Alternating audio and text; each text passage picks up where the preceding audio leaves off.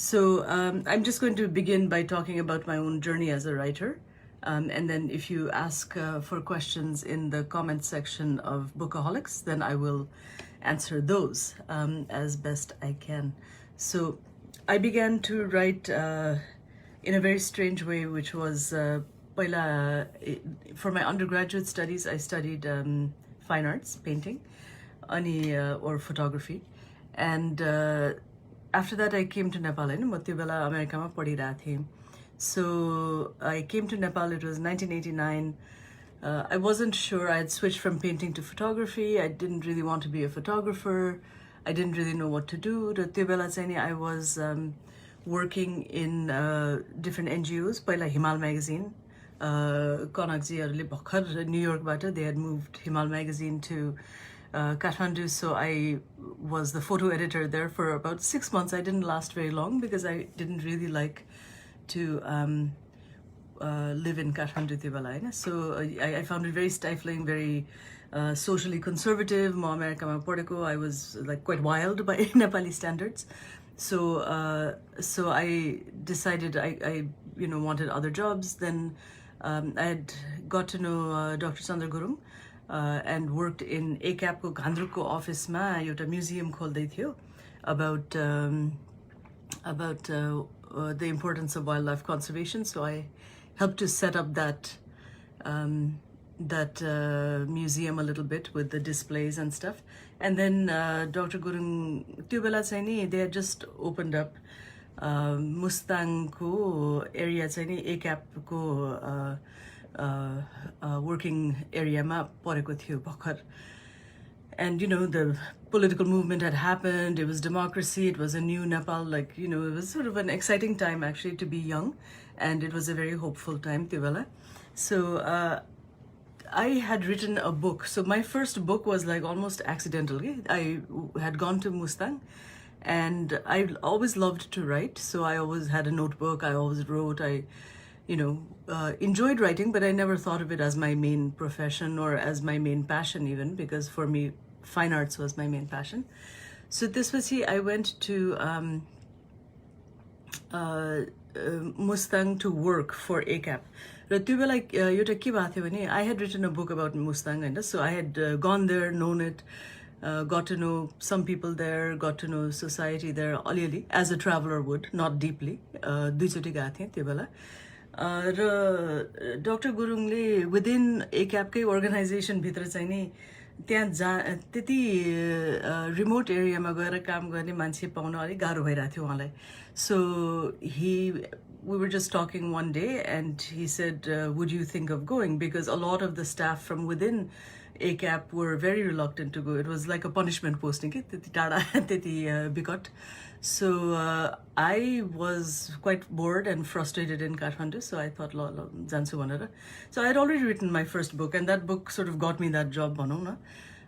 Then I worked there for a couple of years, and then realized that, I had lost my way. Then I thought, okay, मैले किताब एउटा लेखिसकेँ, and that was Mustang Boat in Fragments. So that was in 1992. I had published that book already in Kathmandu. And around 1995 tirola, I sort of woke up one morning and said, okay, what am I doing working in NGOs? I want to be a writer. I've already written one book, so I want to be a writer. So then त्यसपछि म नेपाल काठमाडौँ फर्केर I applied for a Fulbright and got it, so I was lucky, and went to study creative writing at the University of Washington in one of these MFA program, creative writing program. And I really loved the program because I had to, by that time I was like 27 or 28 when I went to the program. And Nepal ma, the society had been through big changes, and it was already still going through, big changes. So त्यो बेला भनौँ न 1990 मा democracy सुरु भएको थियो. त्यसपछि 1996 मा Maoist movement had already started, हैन. अनि त्यसको माथि there were so many other social movements going on. So like the feminist movement was going on. There was the Dalit rights movement, हैन, त्यो temple entry movement हरू देशभरि भइरहेको थियो. And there were a lot of like language rights movements in the Newar community and also outside of Kathmandu Valley. So the Janjati movement was finding its voice also. So it was really, there was so much to write about. There was so much to be part of. So I felt very lucky that I could go and study these techniques of writing भनौँ न अनि so त्यो टेक्निकहरुमा मैले focus गरेँ for about 2 years and then I started to work on my master's thesis was The Tutor of History. So that was my first novel. अनि त्यो master's thesis मा चाहिँ नि 100 पेज मात्र लेख्नु पर्थ्यो. So I didn't have to finish the whole book. But I got a very good start on it, a very good sense because I wanted to write about the present moment in Nepal, post-1990 Nepalको बारे लेख्न मन लाग्थ्यो. And I wanted to set it in a general election and sort of, set the scene of what democracy looks like in Nepal, or त्यो बेला, what it looked like. So, that book took me a long time because it was a complicated book also. It had it had 4 primary characters, then it had many secondary characters, and then it had a lot of background characters, like the whole village was the background character. So there were, it was a very complicated, especially for a first-time novel. A lot of first-time novels tend to be very autobiographical or very personal, and this one wasn't. This was like a big social drama that I wanted to write. And I was quite influenced by, like Russian literature and those kinds of models of how to write about a whole society while focusing on 1 or 2 people's stories. So I wrote that, and त्यसपछि चाहिँ नि अलिकति आँट आयो. So even until then, I was, just saying, okay, I wrote my first novel, and I was really pleased because it got accepted by Penguin India, and I had been writing a lot of short stories. So त्यसपछि I published a short story collection, which I think I have here also, Tilled Earth. मसँग यहाँ टोरन्टोमा I don't have all of my books. I only have a few of my books. So then I started, and Tilled Earth मा चाहिँ नि, so in terms of technique, I feel like with Tilled Earth and with Tutor of History, that's when I was really trying to figure out sort of what is my voice, what is my style, what are my themes, what do I want to focus on as a writer. So those were the books where I was really looking for sort of my voice as a writer, or my subject matter, my themes. And then I think I found it. And त्यसपछि चाहिँ नि everything I've written, I was, then I started to do translations also, and I started by doing Ramesh Bikalko. So त्यो बेला नेपालमा 1990s पछि there was a very sharp divide between progressive writers, so more leftist writers, who wanted to write work that was more accessible and easily understood and talked about the common person's struggle. And then there was like the Democrats, or that's what they called themselves. And so they wanted to write more personal stories, and also sometimes very abstract stories. So like Mohan Koirala and, like very abstract Bairagi Kaila, that kind of literature. So for me, I found both of them very interesting, both schools very interesting, and not very different, even though they seemed to think they were very different. So I was very drawn to the progressive school in the beginning. So this one is long out of print, I think, A Leaf in a Begging Bowl. This was my first attempt at translation as I was learning to write. So Manjul Dai had helped me improve my Nepali, because म अमेरिकाबाट फर्किँदाखेरि भाजती सबै नेपाली बिर्सिसकेका थिएँ हैन. So I came back. Manjul Dai gave me this amazing. He was such a good teacher. He was so good, and he was also like not just a good language teacher, but he really introduced me to Nepali literature and got me translating, and took me to like Nepal's literary world is very busy, so there's always like literary programs and stuff, and Manjul Dai and Susmita Bhauzu, they used to take me to all of these programs, and I really got to know writers slowly, and also their work. So, and then Manjul Dai really started to encourage me to start translating work. So then I took it quite seriously, and I did Nepali Times ma The Country Is Yours भन्ने book ma sankalan भएको छ. All of the sort of translations I did over a couple of years in Nepali Times. Every 2 weeks I would choose one poem or one short story and translate that. And so then, you know, like there was my own writing, and I was also doing nonfiction writing, which I still love to do. I haven't done it in a long time.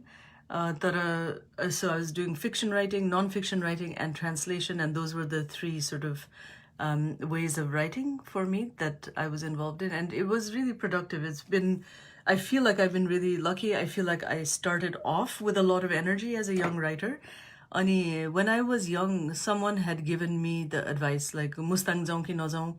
I know, what am I doing? Like, when I was really lost, there was, and I don't even remember who gave me this advice, but he said, just when you're young, you can do a lot of things. So take all of the risks you want, because that's, as you get older, it gets harder. You know, you have more responsibilities. Your life sort of becomes a little bit more slow moving. So I feel like that's where I am now. I'm sort of, you know, I'm much more of a family-oriented person than I was when I was young. So I spend a lot of, and I love my family, and I love to spend time with my family. I am working on a novel right now. Every novel, when I write it, I think, okay, this is going to be easier because I've written 10 books before this, so this one is going to be a simple one, this one's going to be easy, I know the techniques, I know what I'm doing. But the truth is that every book needs its own solution and is quite difficult to manage. So this one, I worked on it for about 1 year before, you know, so I've had some death in my family, and it's been a very difficult few years. So I basically took 1 year off. Last year I didn't work at all, and I spent time with my family, and that was really important to me. So now I'm resuming work on this novel, and it's funny because so now it's been like 1 year in just on the shelf, 1 year of work, and then half, like, so 2.5 years it's been in my mind.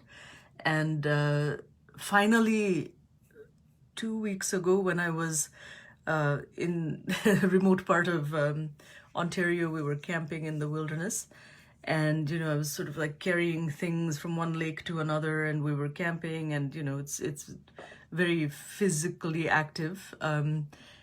So I was in the middle of all of this physical activity, and I suddenly realized what the title of the book has to be, how I need to restructure it, what I need to do. And like for almost these 2.5 years that I've been working on it, I've been trying to find the right voice. There are only two protagonists, main protagonists, and I've been trying to find their voice, and it's been really difficult because, you know, so many other things were happening in my life, so I haven't had the concentration. So finally, just last week actually, I found the structure, I found the voice, I found the title of the book, and it was like this magical moment when, you know, after years of what felt like years of banging my head on the wall, I suddenly had a breakthrough with the book. So I'm now trying to incorporate those corrections. So now I think I've spoken enough, eh? So I'm going to see if I can figure out how to get questions. So I think, what should I do? Where is the comment section? Like, if any of you have questions, and, you know, if you want, I can speak in Nepali too. So just let me know which you prefer, and I can do that. So, okay, let me see if I can find the questions. Okay, here are 37 comments. Let me see. Let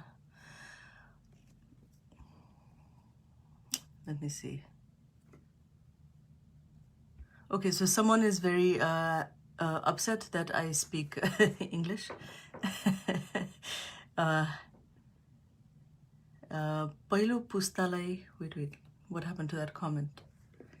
Ela, okay. So there's a lot of different comments going on. I'm going to have to try and figure, okay, just scroll above, someone tells me. So I am trying to scroll to all of the comments. Okay. So sorry about all of these technical problems. This is literally my first Facebook live video. मैले योभन्दा अगाडि Facebook live video अरूको हेरेको छु. मैले आफै चाहिँ कहिले पनि गरेको छैन Facebook live video. So watching from Sikkim. I think Palpasa Cafe is inspired by this book. I don't know. I don't think so. I mean, one of the great things about being a writer in Nepal, unlike, let's say, in Canada, eh? So I'll be honest about this. Canada, aएपछि, you know, because I'm still writing about Nepal and my imagination is still based in Nepal, so I am.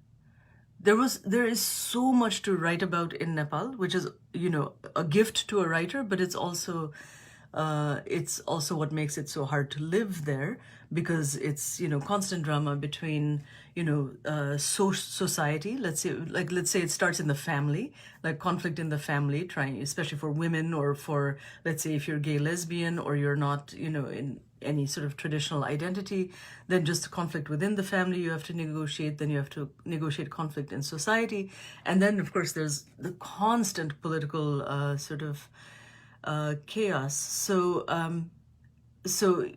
you know, it's a gift as a writer, because that's a lot of material you can focus on. So I feel like all of us who are writing about Nepal, writers in Nepal, have this sort of natural wealth of subject matter. The difficulty is then, you know, managing your life so that you can be productive with all of that material and actually turn it into art, because that's the difficult thing. Okay, so I have, someone is asking me, what would be my advice to someone who's starting writing? So I imagine that a lot of people who love to read, like people in this group, are also interested in writing.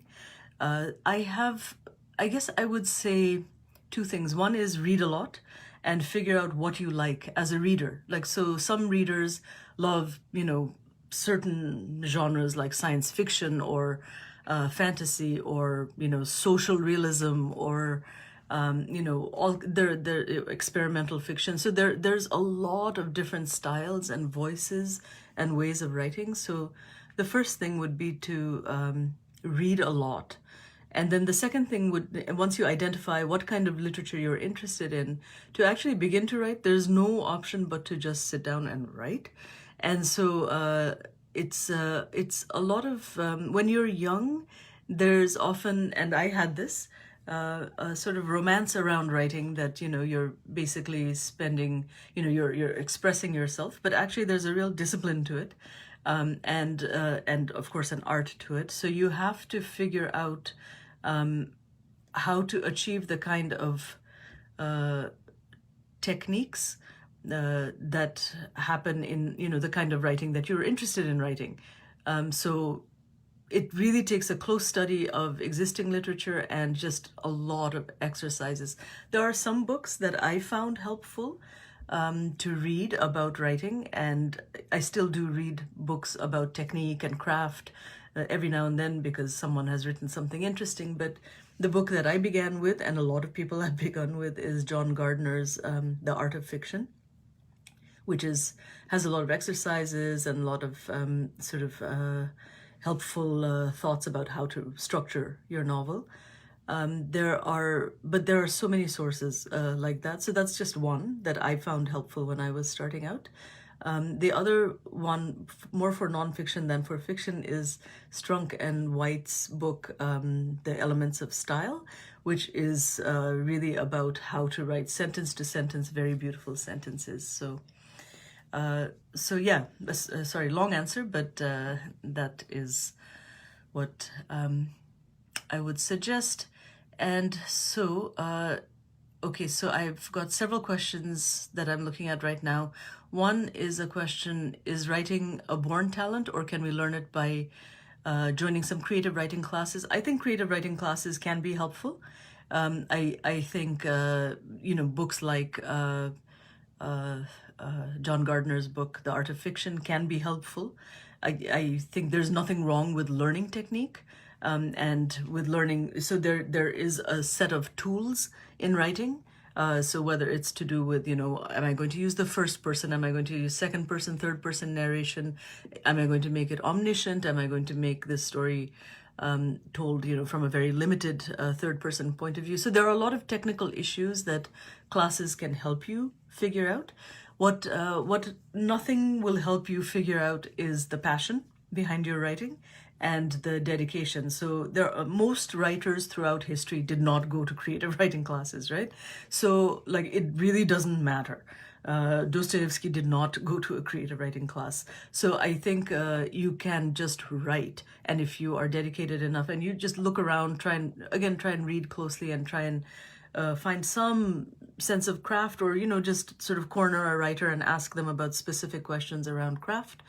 I think you don't need to go to a creative writing class, but you can. There's no harm in it, but it's really not totally important.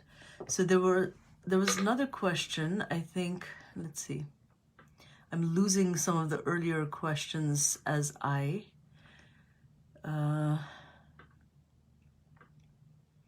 what suggestions can you give to young Nepalese writers to improve Nepalese literature to the international level? I would say Nepali literature is at the international level. I mean, there's a lot of amazing Nepali literature coming out. I think publishing is very disorganized. Some books that get a lot of praise don't deserve it. Some writers who get a lot of praise don't deserve it. Some other writers who have written amazing work don't get the attention that they need. But that's true everywhere. So I think my experience with Nepali literature was that has been that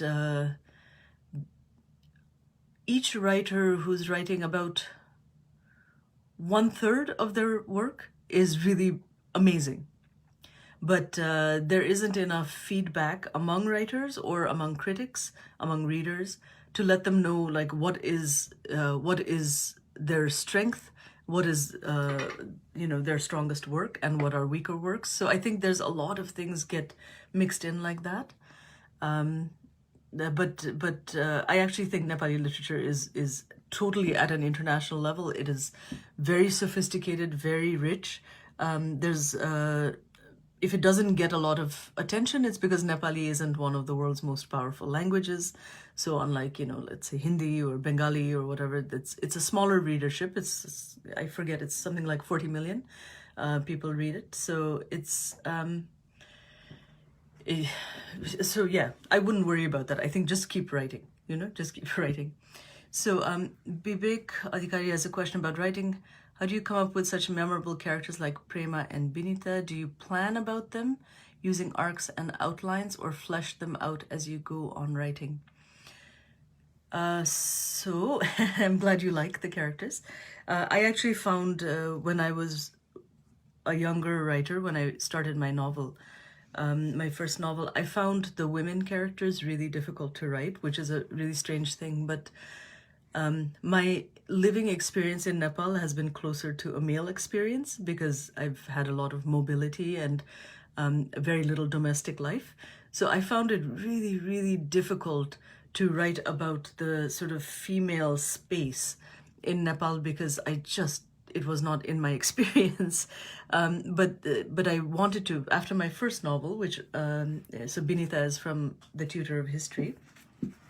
So she's, and I did this deliberately. She's a widow, and there's a big tradition in South Asian writing about widows, because that's sort of suppressed female desire, and so a lot of classical works of South Asian literature have been based on widows, and so the challenge for me after I wrote that, and I wanted to write a widow.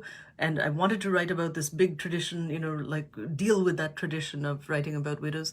But then after that, I wanted to write, other women. I didn't want to write just sort of classical archetypes in South Asian literature. So I wanted to write really sort of contemporary. And Nepali women are amazing, right? Let's face it, they're fighting at all levels, that personal family level, the social level, the political level, and they're like they just have this kind of energy which is pretty incredible and inspiring.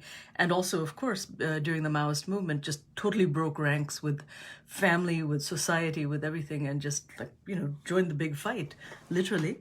So I wanted to write about women who were like that, who were also closer to how I am.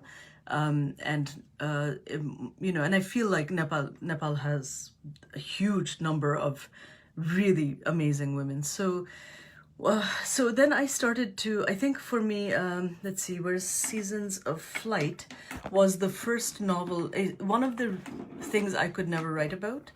And I think it was because it was like a personal block. Because as a woman in Nepal, I had so many restrictions placed on me. Even if I broke them, I was always aware of the restrictions. So it was like a personal block, Sorry, I'm answering your question very, very slowly. So one of the things I wanted to be able to do is write about female sexuality very openly. Without any shame, because that's something like Nepali women writers really have to struggle to express any sort of sexual emotion, because then the repercussions in their own lives are very immediate. So I did that in Seasons of Flight. And so I would say, to answer your question finally, and now I'm writing, the novel I'm working on right now is only 2 women protagonists. And so I felt like that was an important breakthrough for me to make, is to write women who are very complex, political, social, emotional, psychological beings. But to answer your question, all of the work that I've done has been very structured. So I tend to definitely work with a plot. I definitely plot it out, definitely finish the research, finish like everything, structured out. The first draft, or sometimes I even call it the 0 draft, is basically just saying this happens here, this character does this. So setting out the architecture of the work and including the personal arcs of each character's story. So I plot it out very, very, very thoroughly before I start to write it. But if I were just to stick to that, it would be really boring. So, in Hindu aesthetics, there's this concept of like when you make a sculpture, first you carve the stone, you make the sculpture, you've got it. But at some point you need to put some prana into it. You need to put breath into it. You need to put life into it. So at some point the characters will grow from what I've planned, and will the process of writing will tell me what I have to do with their voice, with their personal story arc. And I need to pay attention to that, because if it's only plotted and I already know what's going to happen, then there isn't a lot of experience, like in my own experience as a writer.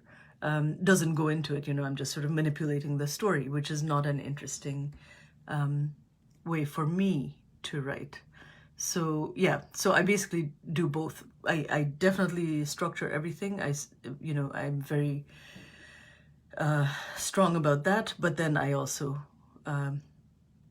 wait for the character to come to life, and that's what takes time. So if every book is taking me 2 or 3 years, it's because you just have to wait for the characters to lift themselves off the page and become less mechanical, less plotted, and more lifelike.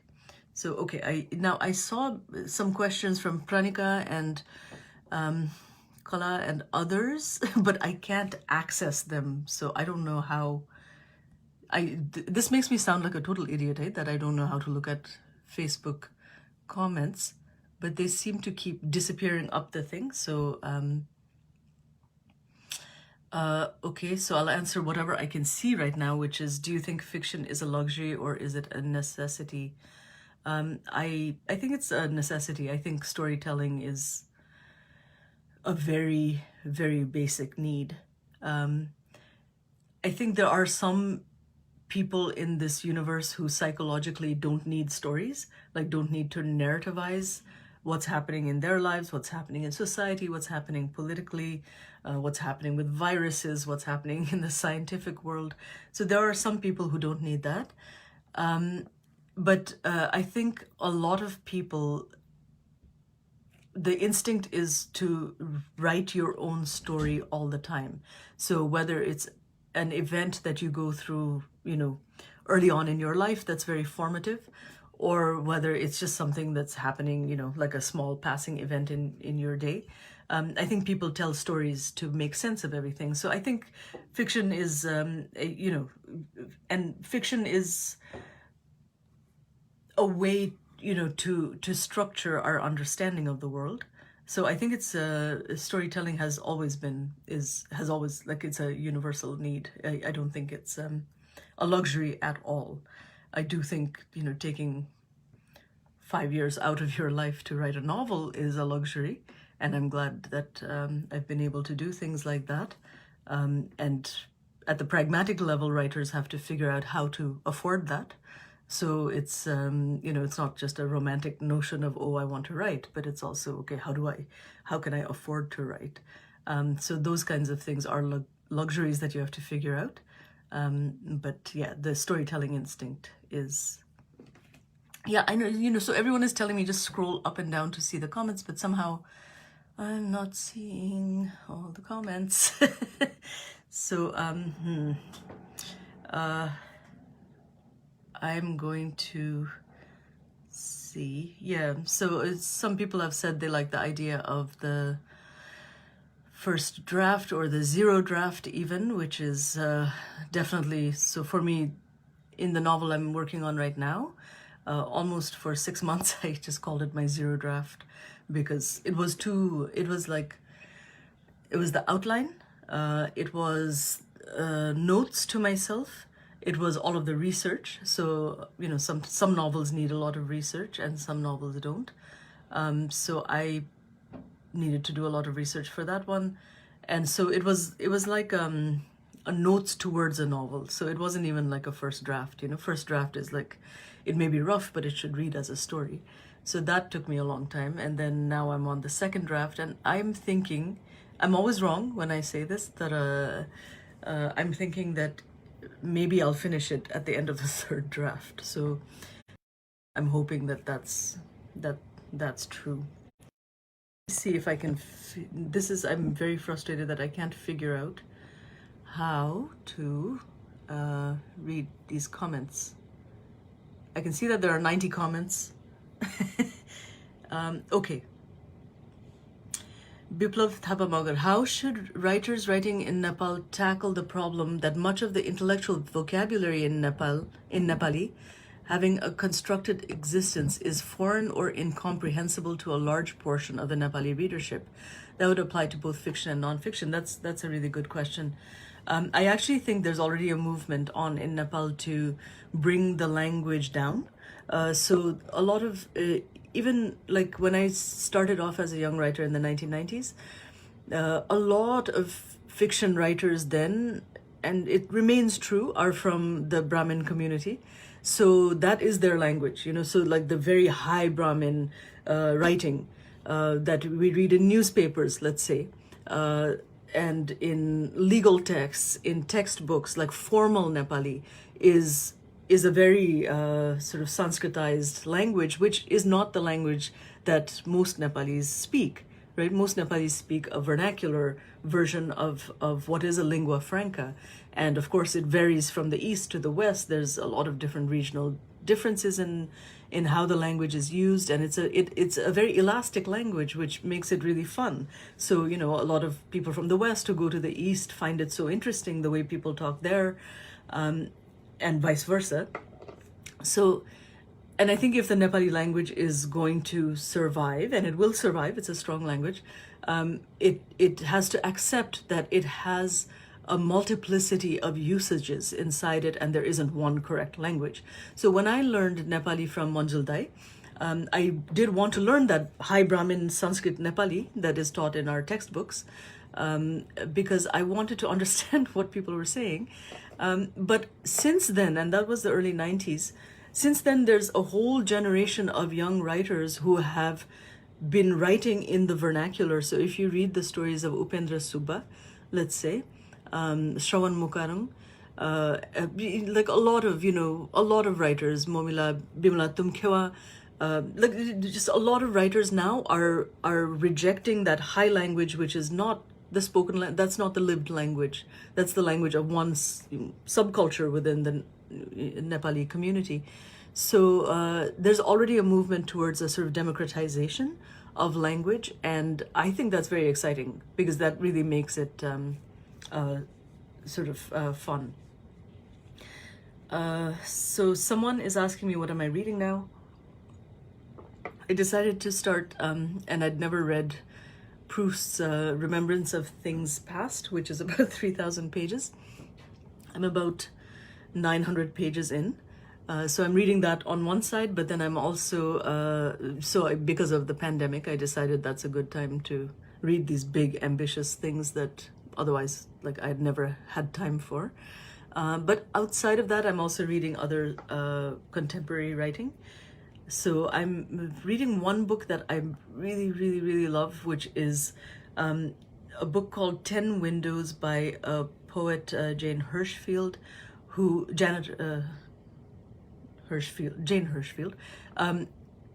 is writing, so it's 10 essays about how poetry works, and I'm not a poet. I've translated poetry, but poetry is something that, I love, I'm fascinated by, and I don't understand how to write. So it's a book about poetry technique and how poetry works. So I've been reading that, and I really love that. So let me see, the scope of experimental writing today. So Dr. Madhu K. Shrestha is asking, I'd like to know the scope of experimental writings today. I think, there was a sort of high modernist moment earlier, like in the middle of the 20th century, or even after that, where there was a lot of really abstract writing. And it came from many different sources, but I would say someone like Virginia Woolf. I'm talking in English, okay, so not in Nepali.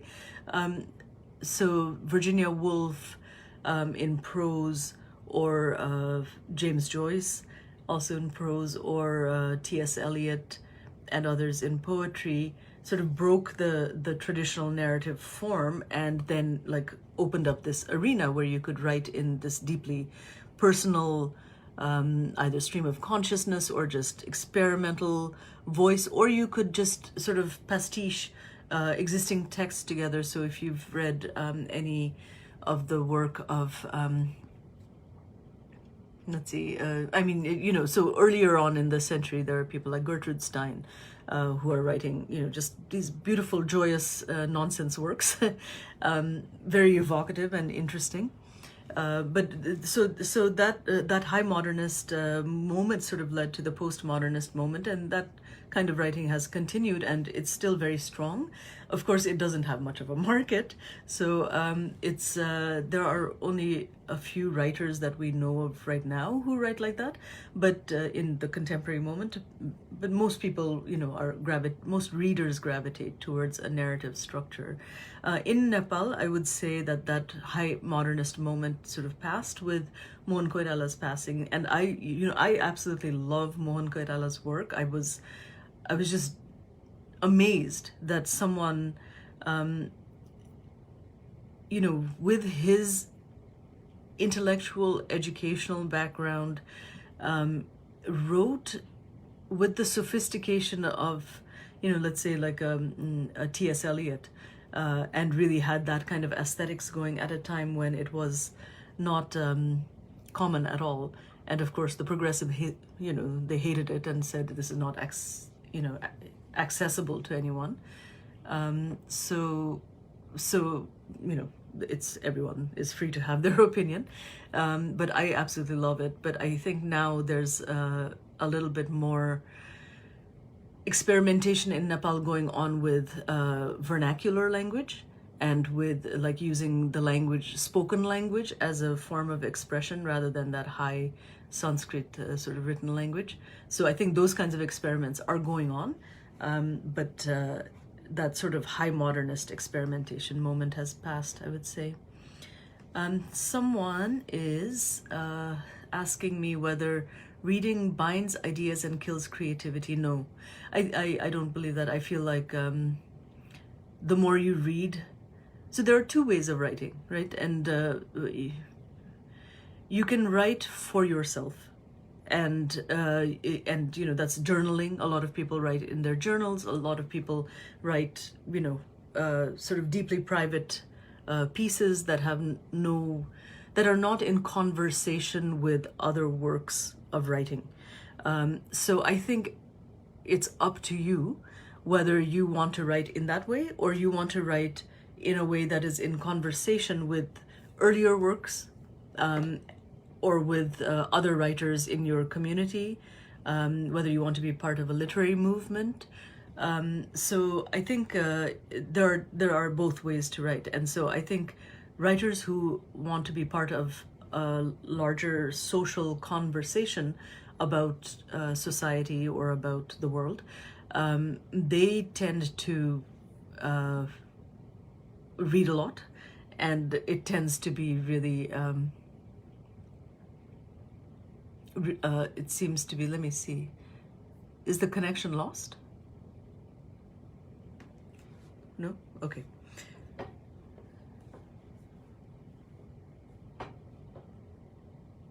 So, so yeah, no, I don't feel that. Here's a question. You are one of the authors of multiple books. Reading a lot of literature created by other authors may drag the readers to be influenced by their style, technique, and social settings.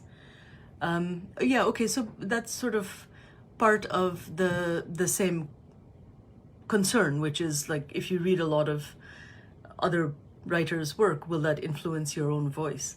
I think not. I think especially as a beginning writer, you want to pay homage to other writers, whoever you like. But I think eventually you find your own voice, and that's the goal, is to break through those influences, and to find your own voice. So I understand the concern, but I think if you keep at it, you'll find your own voice. So I do think it's important to keep reading. I mean, again, there must be writers who don't read a lot, but of other people's work, but I don't know of any. But you know, there may be. And let's see.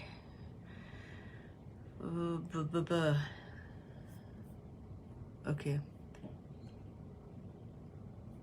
Okay, let me see. If anyone wants to, because I'm having trouble scrolling up, so if anyone wants to sort of repeat a question, I'll see it when it shows up at the bottom. So I'm seeing only questions that show up at the, I'm really sorry, this is like, it makes me seem like a total idiot that I can't figure this out.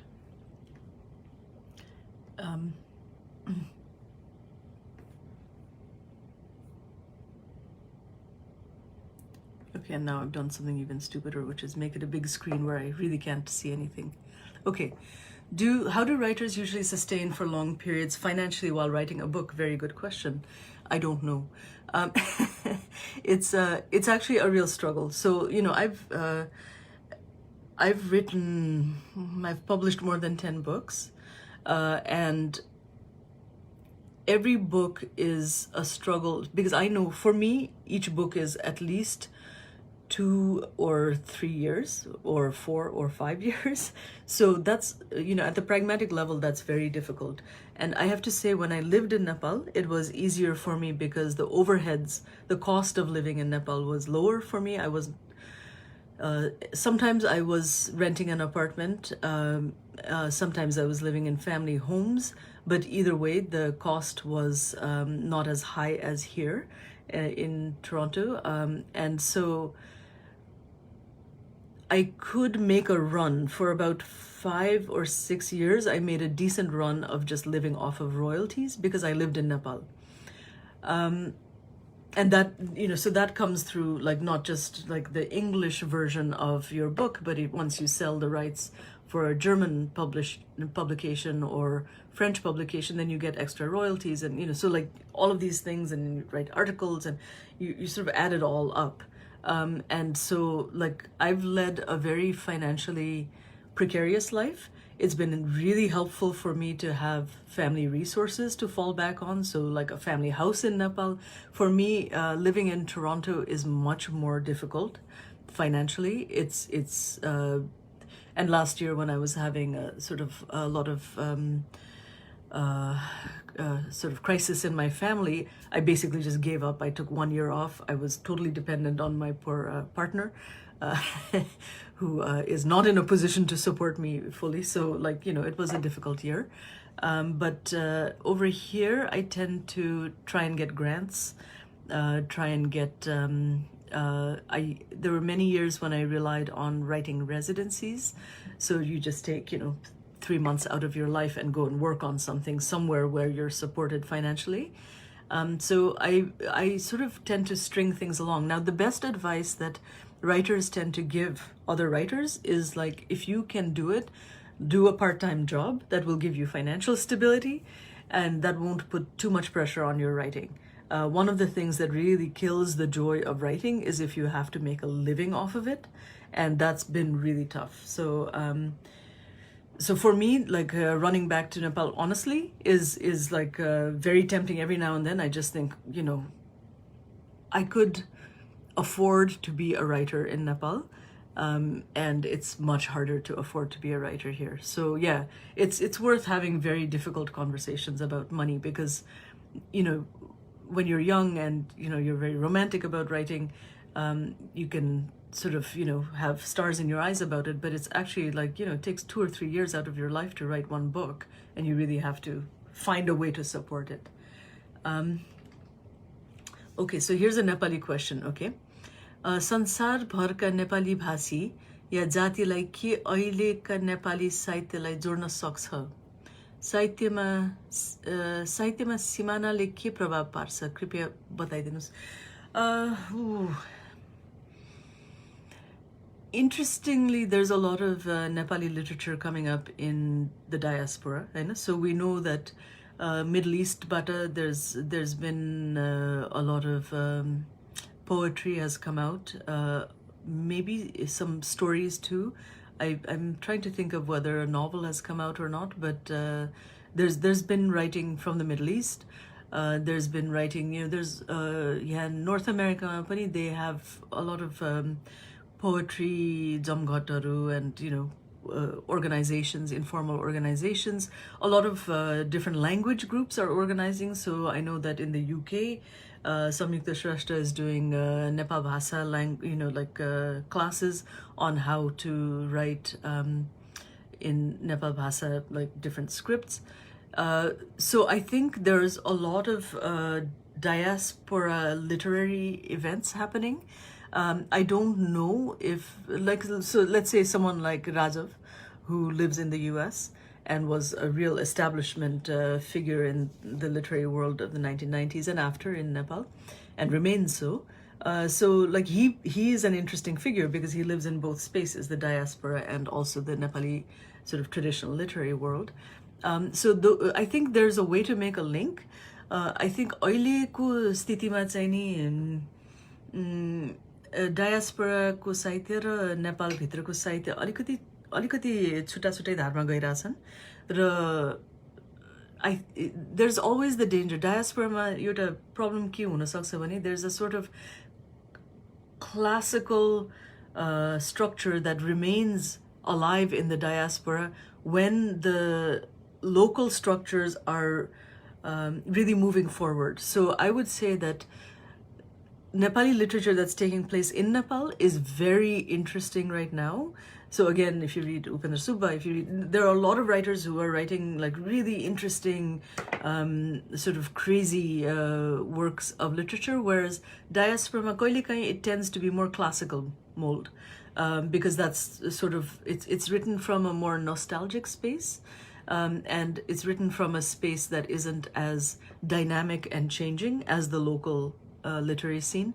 So अहिलेको स्थितिमा चाहिँ नि दुईटा छुट्टै धारमा गइरा जस्तो देख्छु, तर it's possible for them to connect, and that would be exciting. But yeah, that's so. Let's see. Why are you not speaking Nepali?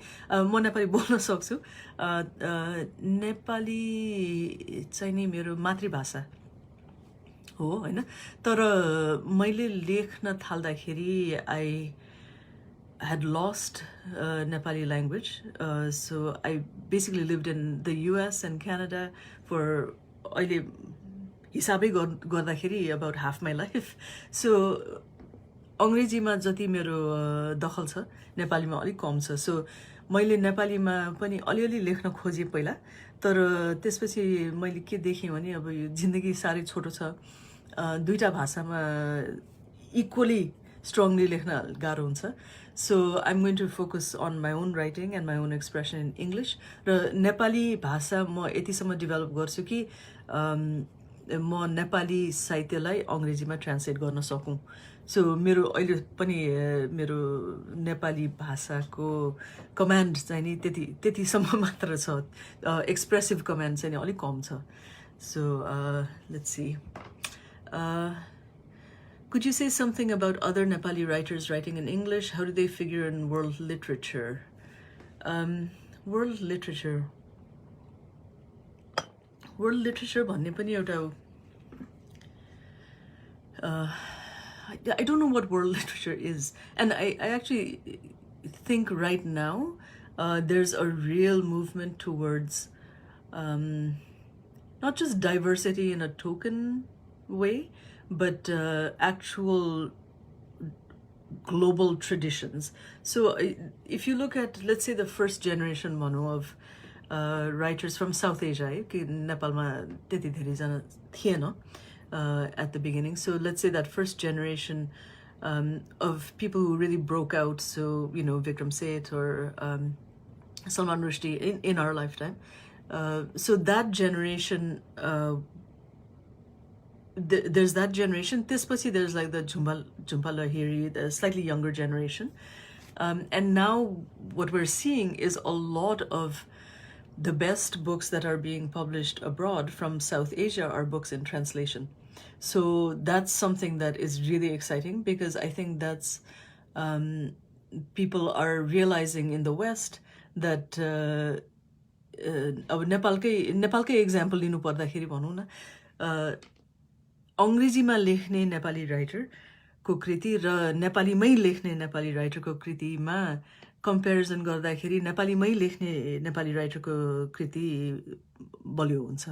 किनभने you know, they're writing to the local audience, they're writing with a lot of context. हैन, अंग्रेजीमा लेख्दाखेरि एउटा धेरै ठुलो समस्या एउटा के हुन्छ भने your audience may not understand the complexity of Nepal. Right? So then you are explaining, there's the danger that you are explaining Nepal. So you're explaining the caste system, you're explaining the gender roles that people are expected to play, you're explaining the politics. Nepalko politics explain गर्न फेरि सजिलो छैन. So it's it ends up being, the danger is that you're writing for an outside audience, and it doesn't have that sort of texture and aliveness of a text that is written for an inside audience. So I feel like अहिले पनि हामी जस्तो writer, अंग्रेजीमा लेख्ने writer को challenge चाहिँ त्यो हो, to make sure that what we're writing is honors the fact that Nepali writers are writing much better in Nepal, and also recognizes that, and also tries to reach that level of accomplishment, because अंग्रेजीमा लेख्दा अलि सतहमा लेखेर अनि अलिकति international fame pound सजिलो छ compared to being a Nepali writer. So त्यो danger चाहिँ नि अलि ठुलै छ जस्तो लाग्छ. Okay, other questions. Again, I'm still having problems. I'm such an idiot. I'm having so many problems, like just scrolling up and down. Like I don't know how to access the old thing. So someone has asked about translation. One thing is, so earlier when I was working Nepalमा, हिमाल बुक्सबाट एउटा सो हाम्रो विचारमा के भयो बसन्त थापा ले एउटा translation workshop चलाउनु भएको थियो होइन त्यसमा केदार शर्मा नारायण ढकाल धेरैजना साहित्यकारहरू खगेन्द्र दाइ पनि थियो कि क्या हो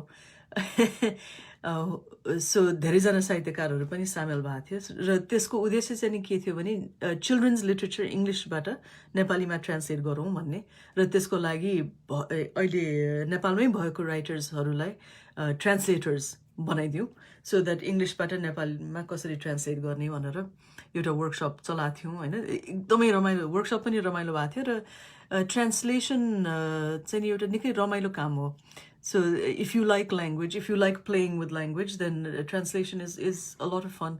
So त्यो workshop चलाएपछि चाहिँ सञ्चालन गरेपछि बसन्त दाइले हिमाल बुक्सबाट एउटा ट्रान्सलेटर्स म्यानुअल भन्ने निकालेको थियो If any one of you are interested in translating from English or from another language into Nepali, I would really recommend looking at that because that deals with the problems that are very specific to going from English to Nepali because Nepali is, you know, it has its own history and usage and traditions. So if anyone is interested in that, I would really recommend that.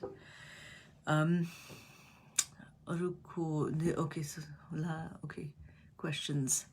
Does the theme and context choose you or do you choose the context? Taking into consideration the publisher's point of view. So you definitely choose the theme and the context, but you have many choices as a writer. So for me, I was very interested in the social and political events going on in Nepal, so I wanted to write about those. So that's why I was so interested in, you know, Russian literature and, you know, South Asian literature has a lot of this tradition also of writing about big political events. America पढ्दाखेरि चाहिँ the interesting thing about America is that at that time especially, which was the late 1990s, people used to believe that if you have social or political subject matter, that's a little lesser as art. You know, it's real art is about personal stories. So like endless, you know, love stories or, you know, relationship stories or family stories or all of that without any social context. And I was not interested in writing like that. So, but as a writer, you are free to choose. And I don't think, I don't think that that one is better than the other. It really is up to you to know yourself and to know your interest and to know your passion. Because again, like writing anything takes so much effort. And, you know, if you're going to spend 2 or 3 years doing it, you'd better know what your interest is.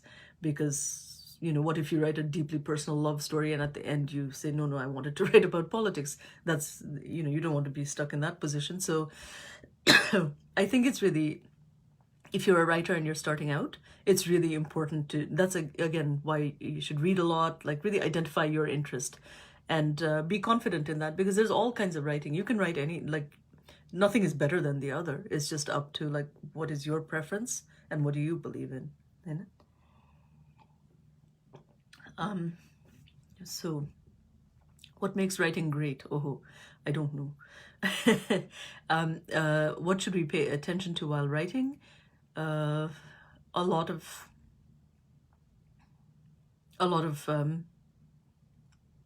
I guess craft, but there's, you know, so I really believe in learning craft, but I know that that's not enough because at some point, again, that work has to have some pran in it. It has to have some life in it, you know, a life force going through it. And that only happens, you can't really plot that. You can't plan that.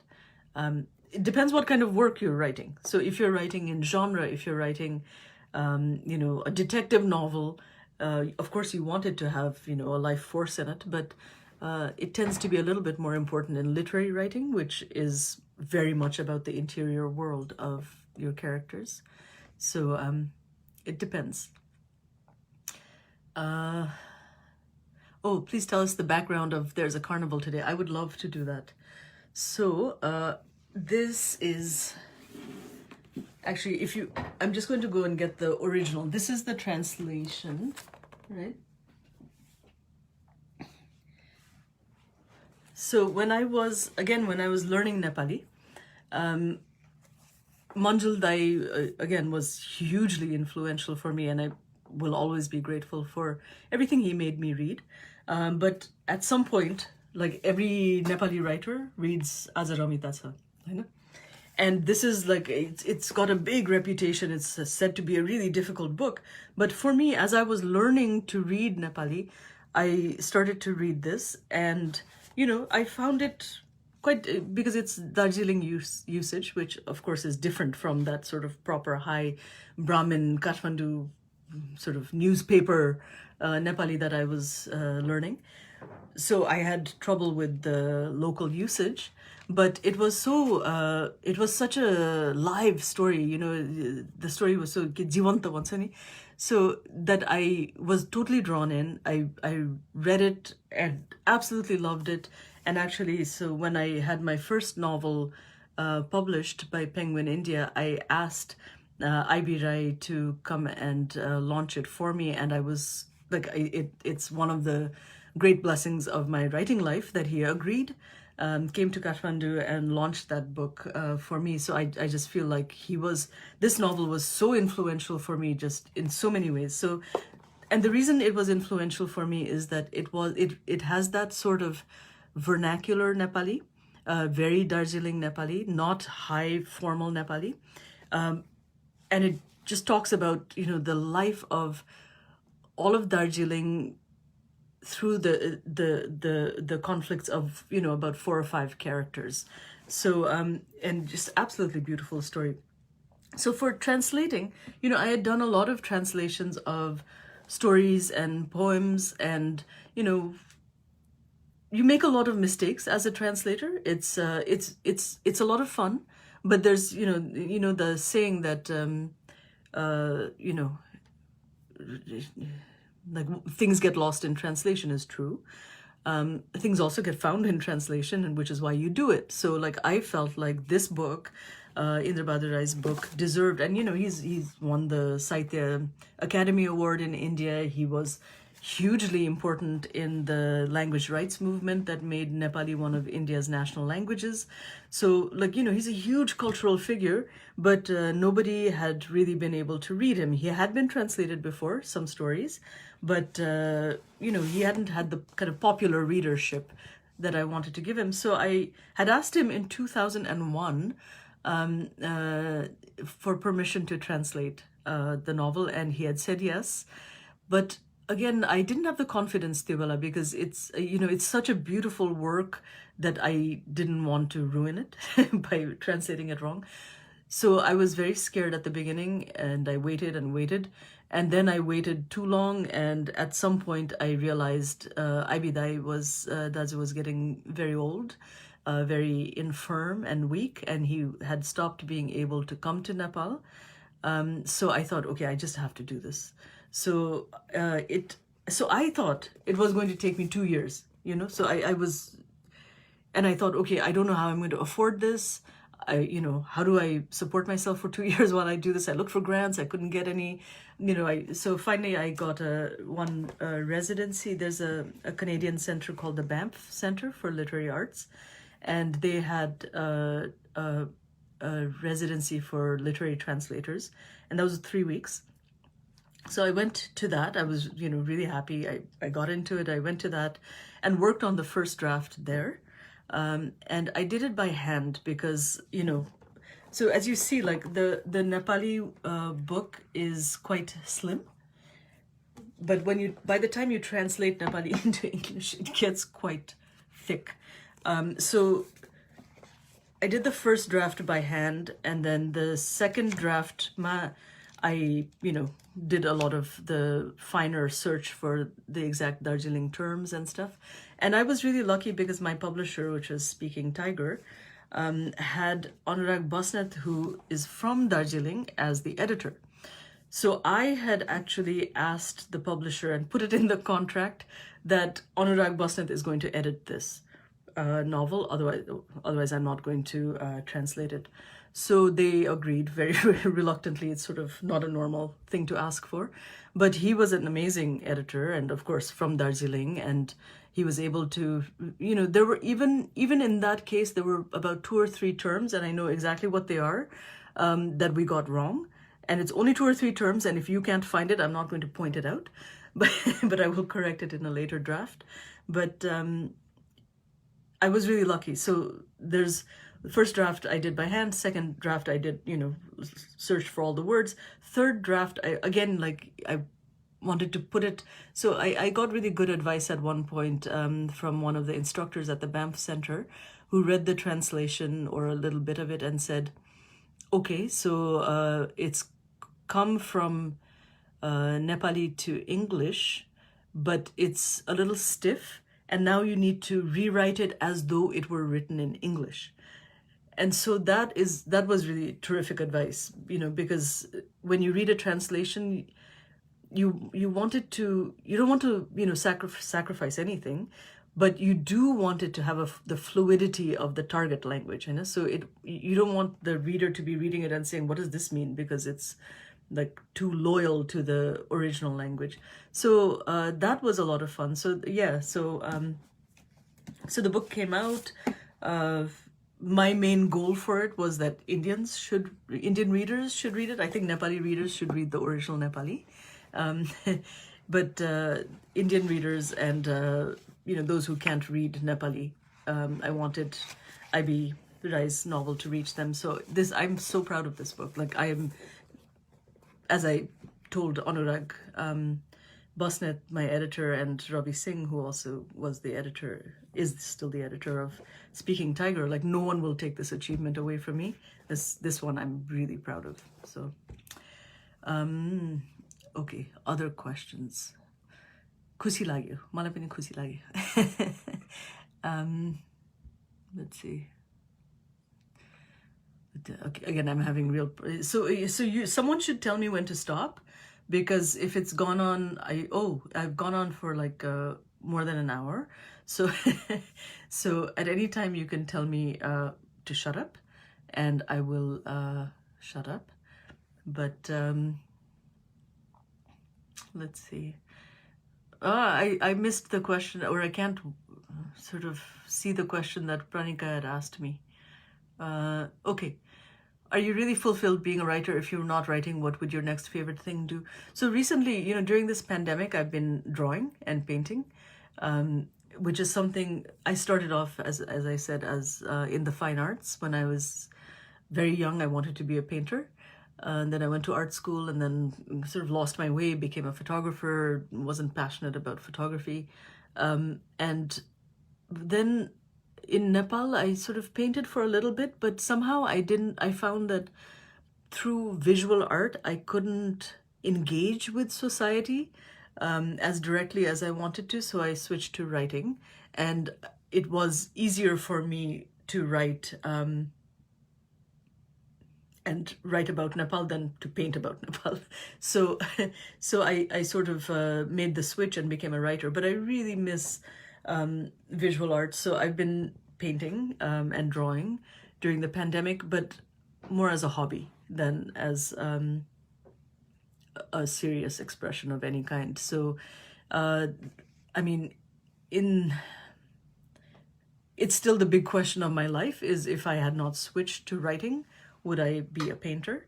And I love art, and some of my best friends are artists, as you know. So, like, artists like Ashmina Ranjit, or all of the amazing younger generation artists who are coming up in Nepal, doing conceptual art, doing performance art, doing the sort of really cutting edge art that like is right up there with global art. I absolutely admire them and love their work, and am so glad that we have them. I find them very inspiring. But for me, like, I don't know what my next favorite, I would have loved to be an artist, but I couldn't figure it out. So that's probably the biggest regret. Let's see. Could you tell us about my first book on Mustang? Okay. So this is the book, a slim book again. I wrote it when I was 23 or 20, maybe 23. And it's based on 2 trips that I took to Mustang. So I was very much an outsider in Nepal when I came back from college. Again, that was 1989, so there was a big political movement, everything changed, and it became a really interesting new society. So I had literally thought I would only stay in Nepal for a few months, and then I would go back to the States. Like, I did not feel at home at all in Nepal. So once the democracy movement succeeded, then I suddenly realized that this is a country that, is changing before my eyes. And it's like everything was a mask that I had known before. So I was a real outsider to that society. I really didn't know anything. I didn't even know that there were like still communists in Nepal. I did not know anything. I grew up in a real Kathmandu bubble and then abroad.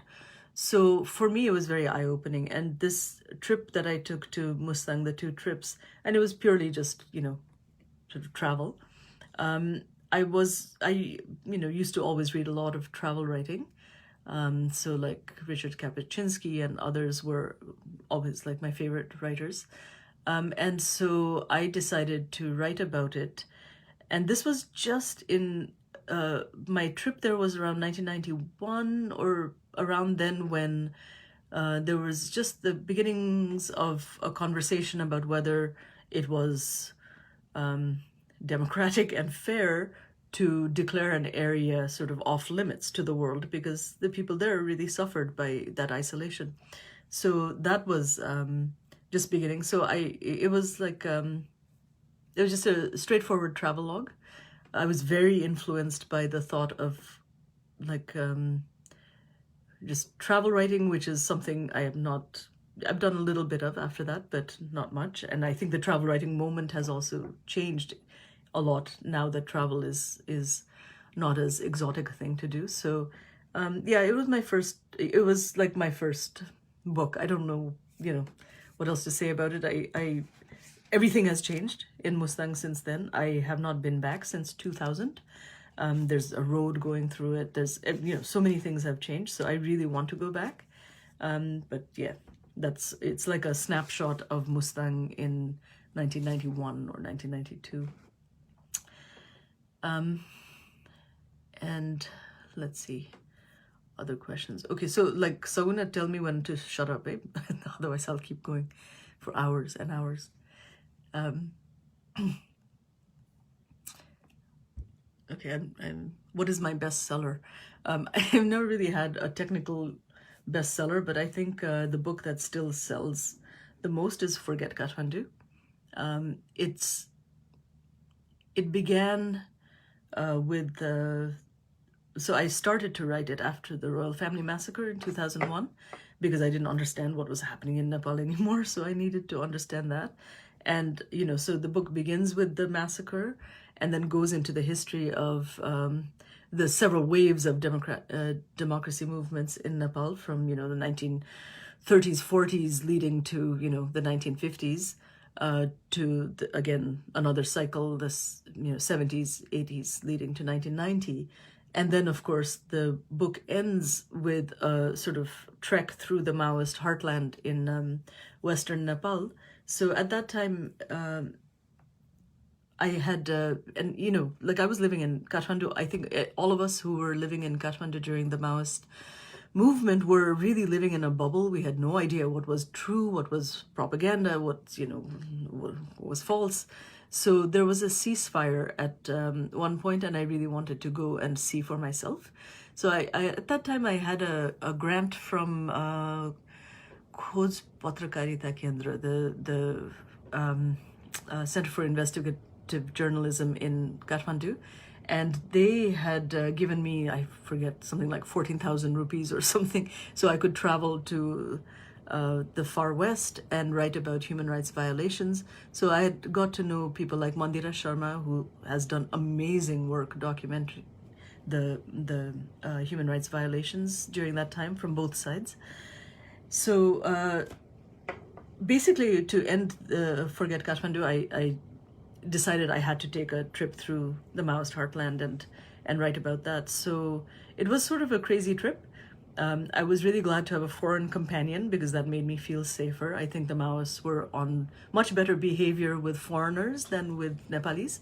So I went with a foreign friend, a diplomat, and we just walked through to Jumla and came out and saw a lot of stuff that I was really heartbroken by, but also glad to be able to write about. So that is probably the book that people keep going back to, because so much has changed in Nepal since then. Like, then there was the peace process, then, the end of the monarchy, then there's been a new constitution and, all of this. So there's been a lot of movement, but I think that book sort of encapsulates a period from like the confusions of the 1990 to, let's say, 2006 era in Nepal. So that seems to be something. Okay, let's see. Is it difficult to write about Nepal from Canada? Yes. Not ideal. It's a choice I've made, obviously, for personal reasons.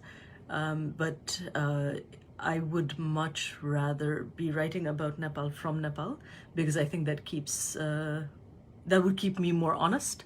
And I mean, Nepali writers are amazing, right? And also, like, so I'm really grateful.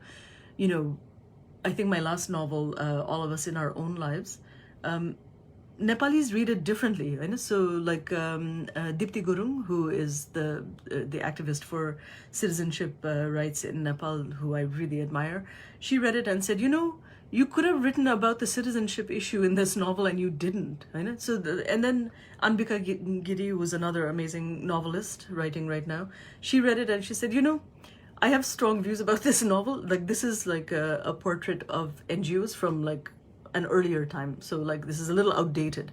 So Nepali writers are very good that way, that they'll keep you honest, and that kind of feedback is really important for writers. So yeah, it is very difficult. It's not, it's a choice I've made. I can see the downsides, but sometimes you have to pay attention to the rest of your life too. And so it was a personal decision to move to Canada. Okay, so I think what I'm going to do, okay, there's one, okay, this is, okay, there's a very so there are some really interesting questions coming in on the page. So I think what I'm going to do is sort of wrap this up at some point soon, and then go in and answer them over the next week, maybe, on the page. Maybe that would be the sensible way to do it. Okay, one last question, maybe. Okay.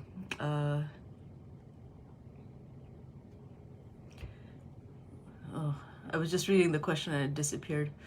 Can we find your books in the Kindle store? Some books, yeah. Some of them are online. I mean, ebooks. There's All of Us in Our Own Lives has an audiobook too. So there are different forms. Yeah. And where's that question? I was just reading a question and it disappeared. So let me see. 5 must-read books. Oh, Lord. It depends. I mean, it really just depends on what. So I like really difficult books. I think it's wonderful. So like, if you can read all of Dostoevsky's work, for example, I would recommend that. All of George Eliot's work. I mean, these are classical works of fiction. All of Virginia Woolf's work. Zora Neale Hurston. There are writers whose, like, I have read everything they've ever written. So, those are the writers. Don DeLillo, who's like, I'll read whatever they write because I'm interested in their work, but it must be different for each person, so it really depends on your interest. Biplav is asking a very interesting question, but I'll respond to that on the web page, and maybe I will maybe I'll end it there. Is that okay, Soguna? I don't know how long I was supposed to go on, so I think it's been an hour and a half. You can tell me to get lost now, and I will. So it's really it's a pleasure to be here. There's a lot of questions, and I will figure out how to scroll. I'm really sorry, I've never done a live video before, so I will figure out how to do that and read all of the questions and answer the ones that I have anything worthwhile to say anything about. Some of the questions are very big. And also, like, feel free to give me feedback. You know, again, Nepali readers are very honest. They're not polite, and they do say things like, well, this one didn't feel, you know, authentic to me, or this one felt whatever, or this was too hard, or whatever. So it's helpful for me to know also. So thank you, everyone. And I guess I'm going to end this video if I can figure out how to do that. Okay.